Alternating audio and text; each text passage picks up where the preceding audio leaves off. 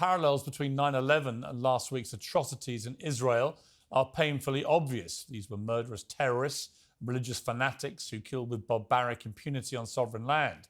As I said yesterday, the proportion of the Israeli population murdered in these attacks was equivalent to 30,000 Americans being killed on US soil.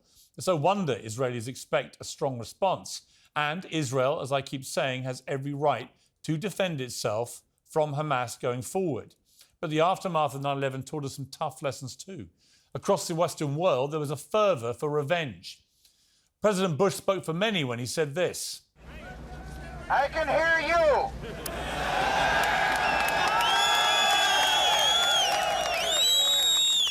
I can hear you. The rest of the world hears you. And the people who knock these buildings down will hear all of us soon. With popular rhetoric, but that yearning for justice took America and its allies, including Britain, into a trap. First came the war on terror in Afghanistan, that lasted 20 years, cost more than $2 trillion, took countless lives, and ultimately ended with the Taliban back in charge of the country. Next came the illegal invasion of Iraq, which had nothing much to do with bin Laden or al-Qaeda, and turned into a disaster. More than 1 million died.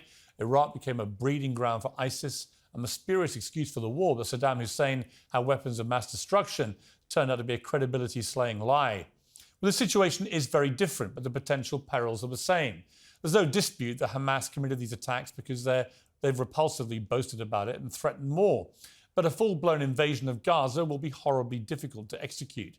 Retired General David Petraeus, who commanded Allied forces in Iraq, describes it like this. I almost can't imagine a more challenging contextual set of circumstances here than what they face. There are tunnels, there will be rooms that will have improvised explosive devices. You have to clear every building, every floor, every room, every basement, every tunnel. Civilian losses are inevitable, and tough Israeli losses lie ahead as well. Well, civilian deaths are sadly inevitable. That is the grim reality of war. If Israel gets this wrong, it could turn into a long, deadly and much expanded war, which fuels the next generation of terrorists and unleashes chaos across the whole region. Palestinian authorities already say that more than 3,000 civilians have been killed by Israeli airstrikes since last week. Tonight, the Hamas-controlled authorities in Gaza say a hospital has been blown up in what they say was an Israeli airstrike, and that up to 500 people could have died. If it turns out to be true, and there are conflicting reports as I came on air that it may have been a misfired Hamas rockets, and we'll have to wait for verification on this, then it could be a massive turning point in this war. Every day now, the civilian death toll is going to climb. It will skyrocket, of course, with any ground invasion.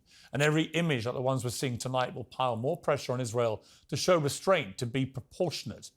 I'll be honest, I don't know what a proportionate response is to what happened on October the 7th. How can anything be proportionate to the murder of babies in their beds, to the slaughter of 260 people in a music festival, to the kidnapping of a Holocaust survivor and 198 other hostages, to the burning alive of innocent families together in their homes? I honestly don't have the answer to that question, but it's one that Israel will have to ask itself, and soon.